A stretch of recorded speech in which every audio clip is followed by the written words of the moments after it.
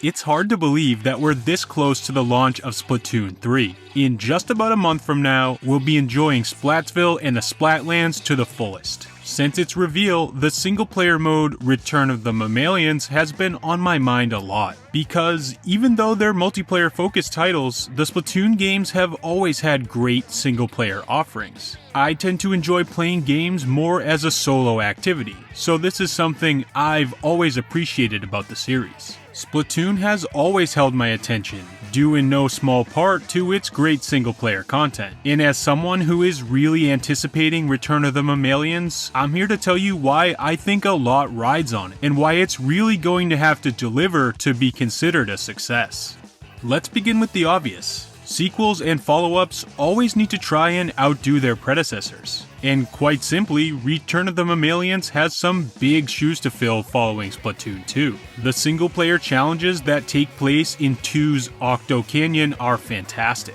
And the deep sea metro levels brought by the Octo Expansion DLC are arguably even better. Octo Canyon sees us exploring a series of open hub worlds, completing some light puzzle platforming in search of a handful of expertly crafted challenge stages. An Octo Expansion gives us dozens more intensely challenging levels that push the boundaries of Splatoon's unique platforming control style in ways not previously done. I'm not lying when I say this. There has to be some top-tier level design on display for Splatoon 3 to even compete with what's offered in 2. So like I said, Splatoon 3's single player is going to have lofty expectations from the start. And we can even cast aside gameplay and level design for a second. Splatoon 2's Octo Canyon and Octo Expansion also did so much to expand the overarching Splatoon lore and story. I fully expect Return of the Mammalians to expand the Splatoon universe in a meaningful way. But still, even from a story/lore perspective, Splatoon 3 is going to have to bring the heat. If you deliver a great product, following it up is always going to be hard. That's just the nature of the beast. And maybe that's why Nintendo has been, so far, pretty tight-lipped about major Splatoon 3 details. This is especially true in the case of the single player. Outside of that one feature in last year's September Nintendo Direct, we haven't really seen much of Return of the Mammalians. We've seen the new Agent 3 Inkling, the mode's new setting, Alterna, and we know that we'll be able to use an Octoling in the story for the first time. But other than that, we pretty much know nothing. Snowy Alterna looks like a really promising setting, but we've seen so little of it that it's hard to know what to expect. In my opinion, Return of the Mammalians is going to have to be very creative in order to exceed, or even just to meet expectations. I think it's going to need to let us play in creative new ways, or it's going to have to kick the level design up another notch creatively, which I'm not sure is even possible after Octo Expansion. Personally, I think it's going to be the first option. I feel like there's going to be a lot of new introduced in this mode,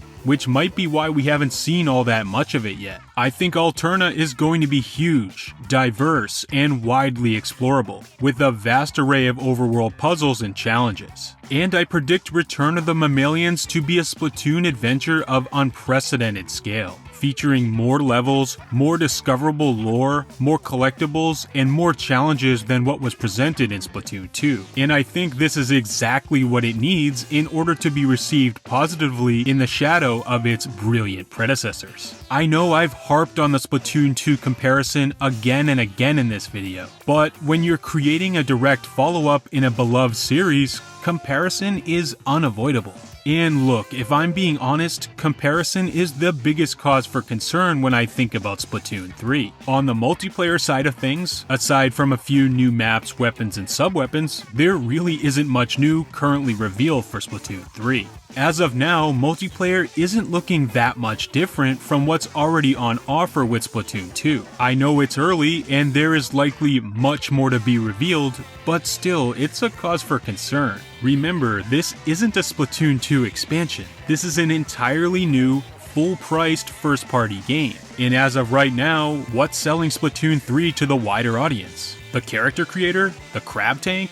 I don't think so. If we don't end up seeing a big game-changing hook for Splatoon 3's multiplayer, then we better hope Return of the Mammalians delivers, and delivers big time. Because as of now, I don't really see all that much innovation. Look, like I said, it's still early. I'm not sounding the alarm bells for Splatoon 3 just yet. I'm actually very confident that it's going to be the biggest and best Splatoon yet. However, the lack of info so close to release is quite curious. And speaking as someone who thoroughly enjoys this series' single-player mode, I wanted to voice why I think a lot rests on the shoulders of Return of the Mammalians.